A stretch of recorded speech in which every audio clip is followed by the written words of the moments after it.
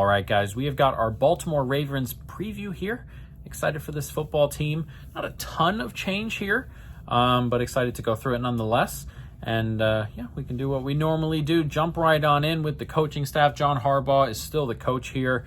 I really like John Harbaugh, and some of his analytical stuff is a little bit like, it's not like 100% there, but it's higher than it looks, I would say.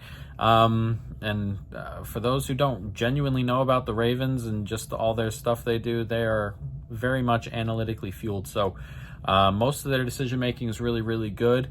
And again, he's a really great coach in terms of the other stuff, the man coaching, the man-to-man coaching, all that fun stuff. So all together, a really great coach. And they keep the rest of the staff together. Zach Orr, still the DC, helps out with John there. And then offensive coordinator Todd Monken, who did a pretty good job last year, and he sticks around. So a lot of continuity here in the coaching staff, which is normally really good for a really good team. And we have it here. So a good start here. Quarterback, Lamar Jackson. Backup, Cooper Rush. I actually think Cooper Rush is a bit of an upgrade over what they had last year. So may not, and hopefully not, doesn't come into play, but a nice little spot there. And then Lamar Jackson. He's my third ranked quarterback. You can put him, I'm not going to argue with you if you put him at 1 or 2. I will argue with you if you drop him lower than third, though. I think there's a bit of a gap between 1, 2, and 3. And then the fourth, the cutoff line around 3. But yeah, Lamar is excellent, an elite runner, a good passer, and his ability to do both really opens up the field for them. He's obviously a fantastic quarterback. He's had his playoff problems, and a lot of it, I think, is it can be a variety of things. For me, it's mostly just scheme dependent and going at this scheme. Like, when you play this team on short rest, you have no way of simulating anything. You're screwed. Just like if we're going on the road to Baltimore on Thursday, and on Sunday we're playing a game in Los Angeles, and there's just nothing. You're screwed. You're losing the football game. There's no way to simulate anything. There's no way to like just look at your paper and just kind of go about it that way. There's just no room for it. But it's a little bit different when you have, a full week and you're prepping and you get an extra day or two on your walkthroughs and things are a little bit tighter and everybody's together a little bit more during playoff weeks. And it kind of shrinks down a little bit, I would say. And I think a little bit more softer decision making from a naturally softer head coach kind of comes into play and stuff like that. I mean, last year, I didn't even think they were bad. I didn't think they were bad. I didn't think they were worse than the Bills. They outgained the Bills by a bunch. You had a silly fumble in there, 2 silly fumbles in there, if I remember, Mark Andrews. The Lamar one where he kind of just tried to hold himself up with it and it slipped out. You had the drop late. Some of their stuff feels more bad luck to me than it does a pattern of just that's never going to change. So I understand the Lamar criticisms and stuff with the playoff numbers and, a variety of different things there. But just overall, I'm not gonna like hold it against him as like this is who Lamar is. I'm not gonna do it that way. So again, Lamar, a top 3 guy for me. Until further notice, chances are he's closer to moving up than he is to moving down in this list. Running back, Derrick Henry continues to be incredible. He's a very, very good running back. Keep waiting for him on his age curve to fall off. Some dudes just don't. Derrick Henry seems to be one of those guys, just a gigantic human being who's incredibly quick. Can't really tackle him in the open field without getting hurt, it feels like. And again, it's tough to stop somebody that big who runs that quickly. And the offensive line here, we'll talk about it, it's an interesting offensive line, but they open holes for him, and that's all you can. And when you're getting 4 or 5 yards head start, if you're Derrick Henry and you're that big, that quick, it's really tough for teams to stop you. So he rips off chunks all the time. He has the threat of Lamar keeping the football on RPOs and things all the time. Everything in that room and with quarterback, just really helps keep lanes open, keep teams from stacking the box, keeps a whole variety of things open for the offense. Justice Hill's on this team, who's a solid. Keaton Mitchell, someone I really, really liked, is back from injury after being hurt most of last year. Looks good in preseason as well. I'm excited for Keaton Mitchell. I think he's going to be very good long term. Having 3 good running backs here is obviously great. Wide receiver, this is an interesting room now. DeAndre Hopkins, who I'm not expecting D-Hop to come in and go for 60 a game or anything like that, but having a big body, someone you can use in the red zone, someone you can use on third downs, just adding another possession type guy to the team there, to the wide receiver room, can only help. Rashad Bateman took a bit of a step last year, which is good. Got himself a contract as well, and looks to be moving his career in the right direction for a little bit there. It looked like, I guess he's never going to take that step, but again, last year he looks to have taken that step, so that's a pretty big deal there. Zay Flowers, I really like. I think he's a bona fide number 1 wide receiver, a top 15 type guy, just a genuinely incredible separator. And not much more I can say there. Playing out of the slot, when you have 2 guys on the outside, you got 2 tight ends we'll talk about in a minute that you got to take care of. It's going to leave Zay Flowers in a lot of positions where he's not getting doubled, and he's just going to kill his guy a lot. So I kind of expect him to have a pretty big year. But again, really talented and a really good player. The rest of these guys, there's some upside perhaps. Tylan Wallace, maybe. Devontae Walker. We'll see. But again, it may seem like adding someone like DeAndre Hopkins to the room doesn't make the room that much better. But again, Bateman's made that step. Zay's really good. And just having that guy, you can just kind of throw it up to perhaps on like third downs in the red zone, stuff like that. Third downs in the middle of the field, you got a 3rd and 4, and you run a quick little comeback with DeAndre, like just toss it outside where only he can catch it. That's such a big help, despite the fact that when you look at however old DeAndre Hopkins is on paper, you're like, don't want any DeAndre, but here it's a pretty good fit. Tight end, Mark Andrews, Isaiah Likely, genuinely great tight end room. Isaiah Likely's really talented, dealing with a bit of an injury now, but really talented. I would say of Likely, I don't particularly love him as like a 1 tight end on his own. I think Likely needs Mark Andrews and needs the team and a little bit of that stuff, but uber athletic, again, really, really good. They're both top 10 tight ends comfortably. Mark Andrews just continues to age really well, and another one who's really, really good. So 2 top 10 tight ends to go along with a top 3 running back, if at worst, a top 3 quarterback at worst, an elite wide receiver and a budding wide receiver and a good vet. Like, the weapons here are really, really nice, and they all, again, we've spoke about it, work together really, really well. Offensive line, this is a super interesting group because I don't think a lot of them are that good, to be perfectly frank. Ronnie Stanley took a bit of a step back a couple years ago, and he's kind of worked his way back up, and he was pretty solid last year at left tackle. Tyler Linderbaum is a genuinely really good center. The rest is Falele is okay, good run blocker, which is good. That's probably all you need to be here.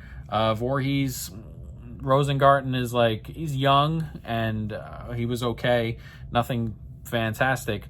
But then you look at the numbers and you're wondering how that even happens. Pass block win rate number 3, run block win rate number 3 in the league last year, and a lot of that is scheme, and a lot of that is Lamar just being Lamar. So it's ranked as, for me, as a top 5 or 6 O-line because they don't need to be fantastic to be a top 5 or 6 O-line. It reminds me a little bit of those old Patriots ones, and it's like, oh, huge Patriots are letting a lineman go. Well, yeah, and then they work out nowhere else because like the ball is coming out so quick, or Lamar's getting out, or like Tom Brady's getting the ball out super quick, or whatever it may be. Similar here to me, where like they can look okay and they can look good.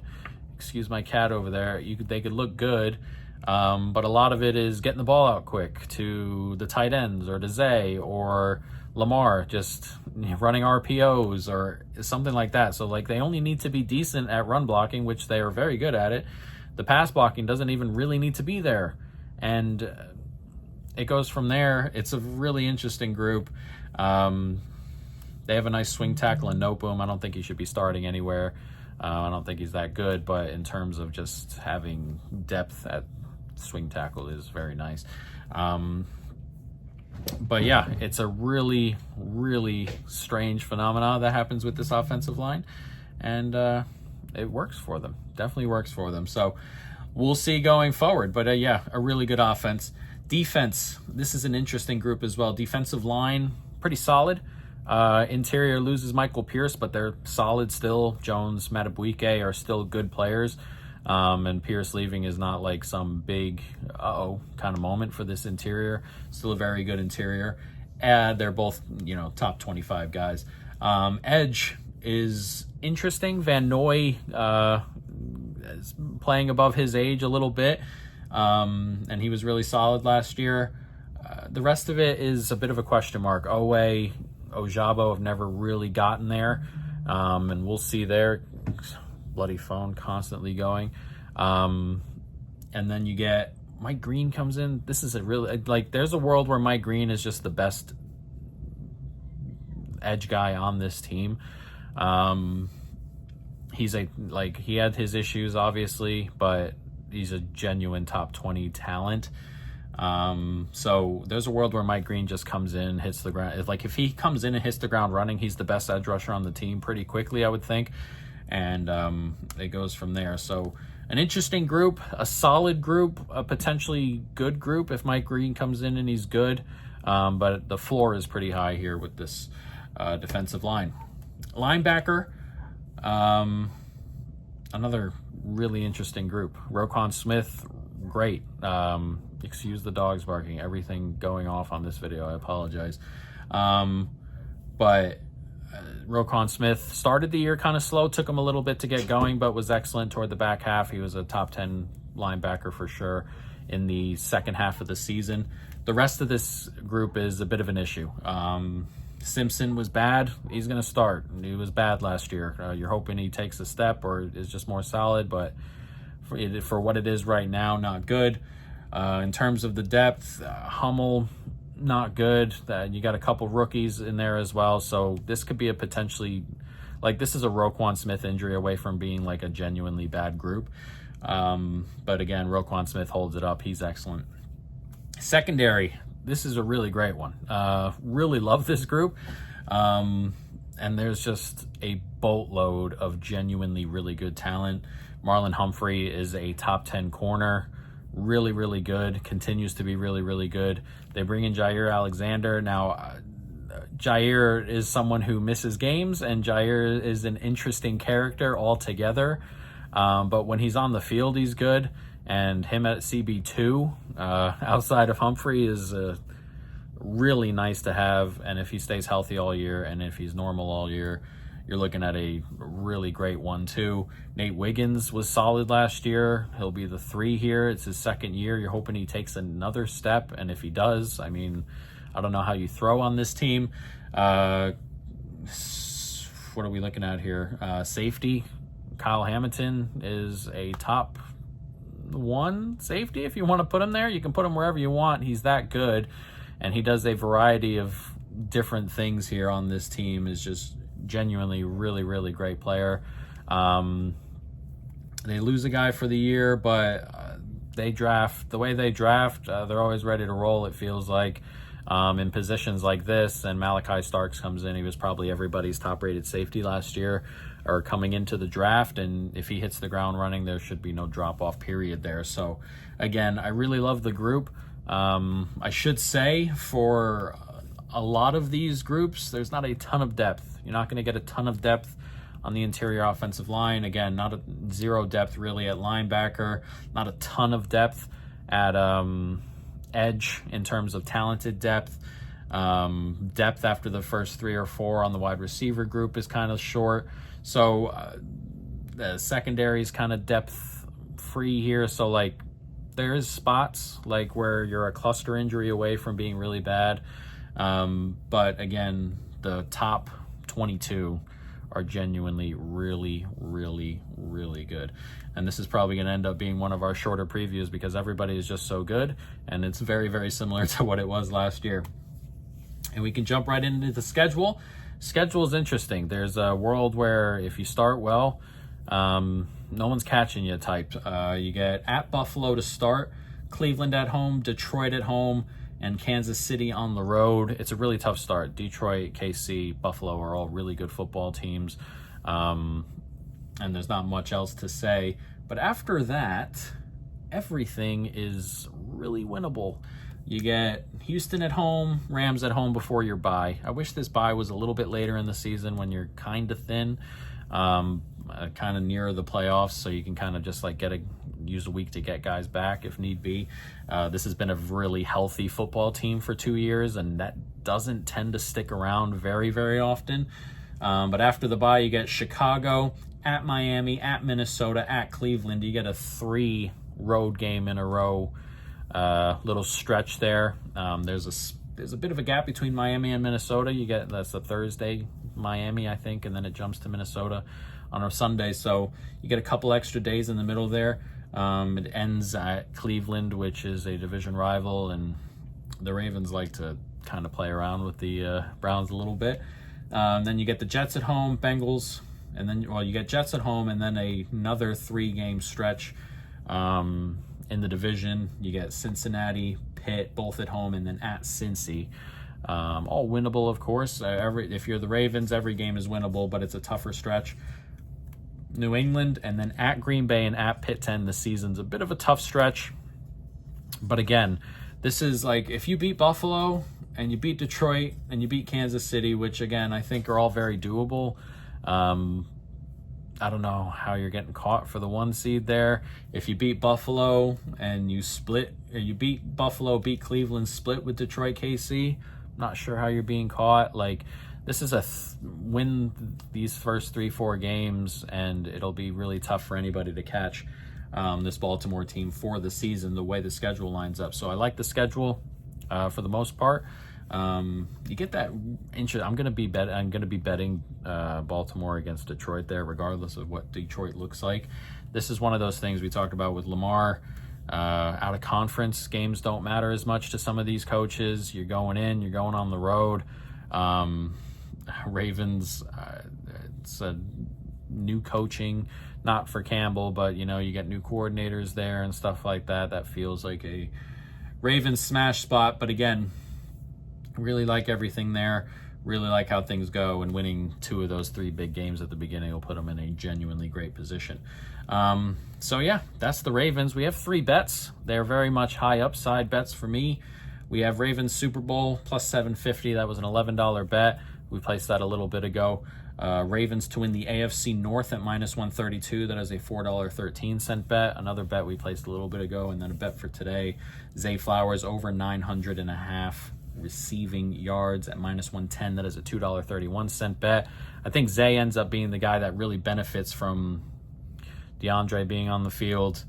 Rashad Bateman's breakout a little bit here. He's gone over this twice. He needs to be healthy. But again, Zay in the middle of the field, not getting doubled or bracketed is pretty huge. And he'll be on the field for pretty much everything. And as long as he's healthy, I think he gets over this number. So there we go. Those are the Baltimore Ravens, my number 1 ranked team in the NFL going into the season. And we'll see if they're Super Bowl bound.